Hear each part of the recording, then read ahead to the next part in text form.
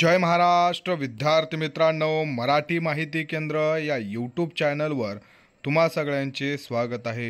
विद्यार्थी मित्रांनो, तुमच्यासाठी अजून एक नवीन पदभरती विषयक माहिती घेऊन आलेलो आहे। ही जी पदभरती आहे ही कोल्हापूर महानगरपालिका अंतर्गत NHM म्हणजेच राष्ट्रीय आरोग्य अभियान यांच्यातर्फे राबवण्यात येत आहे। विद्यार्थी मित्रांनो, राष्ट्रीय आरोग्य अभियान NHM जे आहे ते कंत्राटी स्वरूपाने पदभरती करून घेत असतं। ही पदभरती कंत्राटी स्वरूपाने जरी असेल तरी तुमचं जे कंत्राट आहे ते डायरेक्ट गव्हर्नमेंट सोबत केलं जातं। त्यामध्ये कोणत्याही प्रकारची थर्ड कंपनी नसते। त्यामुळं प्रायव्हेटपेक्षा हे जे जॉब आहेत हे जॉब खूप चांगल्या पद्धतीचे असतात। बघा, यामध्ये वेगवेगळे पदं भरून घेतले जाणार आहेत, त्याविषयी आपण माहिती पाहणार आहोत। विद्यार्थी मित्रांनो, तुम्ही जर चॅनलवर नवीन असाल तर चॅनलला सबस्क्राईब करा आणि आपलं टेलिग्राम चॅनलसुद्धा जॉईन करा। कोल्हापूर महानगरपालिका आरोग्य विभाग जे आहे त्यांच्यातर्फे राष्ट्रीय आरोग्य अभियान अंतर्गत जे काही पदं आहेत हे कंत्राटी स्वरूपाने एकत्रित मानधन तत्वावर NHM या जे काही अभियान आहे याच्याद्वारे भरून घेतले जाणार आहेत।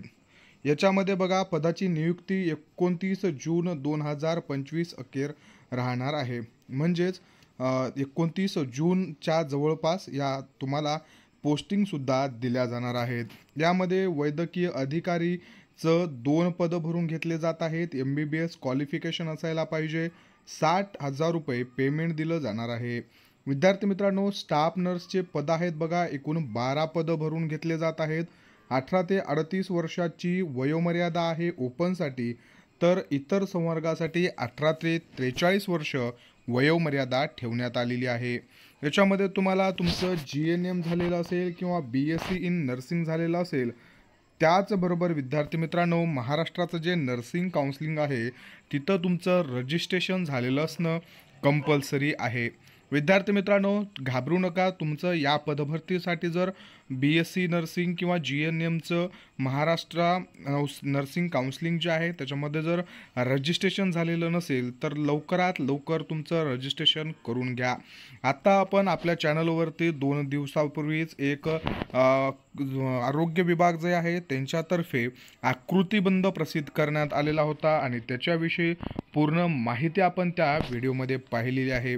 विद्यार्थी मित्रांनो, सांगायचं तात्पर्य एकच आहे की लवकरात लवकर DMER असेल किंवा सार्वजनिक आरोग्य विभाग असेल याच्यामध्ये नियमित पदांच्या पदभरतीसुद्धा लवकरच प्रसिद्ध होणार आहेत।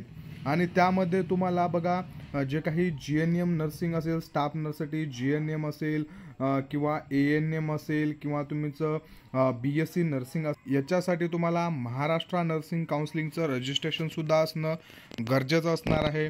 विद्यार्थी मित्रांनो, त्याचबरोबर बघा, तुमचं जर DMLT झालेलं असेल, PGDMLT झालेलं असेल किंवा BSc MLT BMLT असा कुठलाही लॅब टेक्निशियनचा कोर्स झालेला असेल तर त्यासाठी सुद्धा महाराष्ट्र पॅरामेडिकल नर्सिंग काउन्सिलिंगमध्ये तुम्हाला रजिस्ट्रेशन करणं गरजेचं असतं।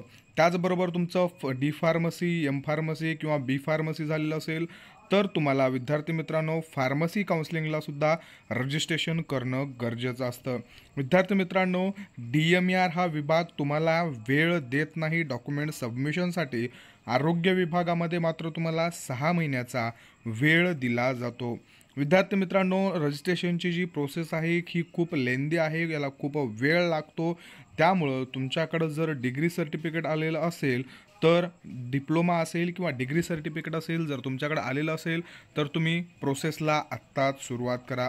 तुम्ही अजूनही फॉर्म भरला नसेल, तुम्हाला फॉर्म भरायचा असेल तर कमेंट बॉक्समध्ये माझं पर्सनल इंस्टाग्राम आणि आपलं टेलिग्राम चॅनलची लिंकसुद्धा दिलेली आहे। तुम्ही इंस्टाग्रामला किंवा टेलिग्रामला मेसेज करा, तुम्हाला पूर्ण माहिती दिल्या जाईल फॉर्म कशा पद्धतीनं भरायचा आहे। आणि तुमची इच्छा असेल तर आपल्याकडं एक टीम आहे, त्या टीमनं आत्तापर्यंत खूप सारे फॉर्म भरलेले आहेत। आपण तुमच्या मते जर इच्छा असेल तर आपण तुम्हाला ऑनलाईन पद्धतीनं जे काही काउन्सिलिंग रजिस्ट्रेशन असेल ते करून मिळतील किंवा त्याचा ऑनलाईन पद्धतीनं फॉर्म भरून मिळेल। मग ते BS स्टाफ नर्ससाठी असेल किंवा मग फार्मासिस्टसाठी फार्मसी काउन्सिलिंग रजिस्ट्रेशन असेल, लॅब टेक्निशियनसाठी पॅरामेडिकल काउन्सिलिंग रजिस्ट्रेशन असेल, नर्स एक्सरे टेक्निशियनसाठी असेल, तुमचे जे काही महाराष्ट्र काउन्सिलिंग रजिस्ट्रेशन आहेत ते सगळे रजिस्ट्रेशनचे फॉर्म आपल्याकडं ऑनलाईन पद्धतीनं भरून देण्यात येतील. विद्यार्थी मित्रांनो, बघा, स्टाफ नर्ससाठी एकूण 12 पदं आहेत. आपण आपल्या मुद्द्यावर आलो आहोत आणि त्यामध्ये BSc नर्सिंग किंवा GNM झालेलं असेल आणि महाराष्ट्र काउन्सिलिंगचं तुम्हाला रजिस्ट्रेशन असेल तर इथं अप्लाय करू शकणार आहात. 20,000 तुम्हाला मासिक पेमेंट मिळणार आहे. कॅटेगरी वाईज इथं त्यांनी पदं जे आहे ते दिलेले आहेत. विद्यार्थी मित्रांनो, याच्यामध्ये महत्त्वाच्या जे काही सूचना आहेत बघा, ही पदभरती निव्वळ कंत्राटी स्वरूपाची आहे. कायमस्वरूपी तुम्हाला परमनंट करण्याचा कुठल्याही प्रकारचा तुमचा हक्क नसणार आहे. त्यानंतर तुम्हाला पदासाठी जी काही पदसंख्या आहे त्याच्यामध्ये शैक्षणिक अर्हता असेल, मानधन असेल, वयोमर्यादा असतील, सामाजिक आरक्षण असेल, या जे काही सर्व अटी आहेत या अटी गरजेप्रमाणे यामध्ये बदलसुद्धा होण्याची चान्सेस आहेत. विद्यार्थी मित्रांनो, तुमची नियुक्ती जर झाली, तुमचं जर सिलेक्शन झालं तर त्यामध्ये तुम्हाला 500 रुपयाच्या बॉन्डवर या सगळ्या अटी शर्ती मान्य आहेत असं सुद्धा सहमतीपत्र भरून द्यावं लागत असतं. बिंदू नामावलीनुसार राष्ट्रीय, विद्यार्थी मित्रांनो, इथं तुम्हाला बिंदू नामावली हे एक आयोग आहे किंवा संस्था आहे, याच्याविषयी थोडीशी माहिती देतो.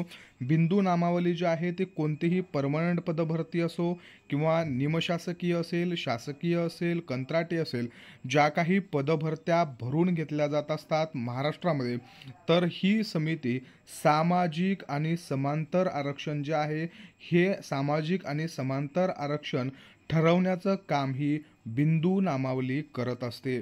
आणि DMER जी 2023ची पदभरती झाली होती बघा, याच्यामध्ये या बिंदू नामावलीद्वारे आराखडा नेमण्यात आला नव्हता.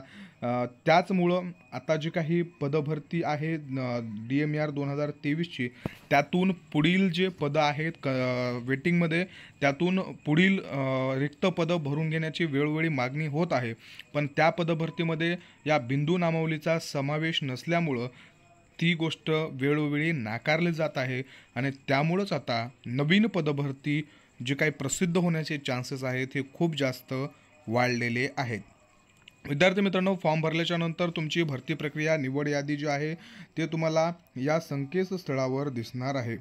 बघा, हा फॉर्म असणार आहे. हा फॉर्म तुम्हाला भरायचा आहे. कोणतं पद निवडायचं आहे, पद वगैरे निवडून सगळ्या गोष्टी व्यवस्थित इथं लिहायच्या आहेत आणि त्यानंतर तुम्हाला कोल्हापूर महानगरपालिकाचा जो काही ॲड्रेस आहे त्या ॲड्रेसवरती पाठवायचे आहेत. विद्यार्थी मित्रांनो, तुम्हाला दिलेली माहिती आवडली असेल तर व्हिडिओला लाईक करा, जास्तीत जास्त जणांपर्यंत शेअर करा आणि आपल्या चॅनलला सबस्क्राईब करा. त्यासोबत टेलिग्राम चॅनलसुद्धा जॉईन करायला विसरू नका. धन्यवाद.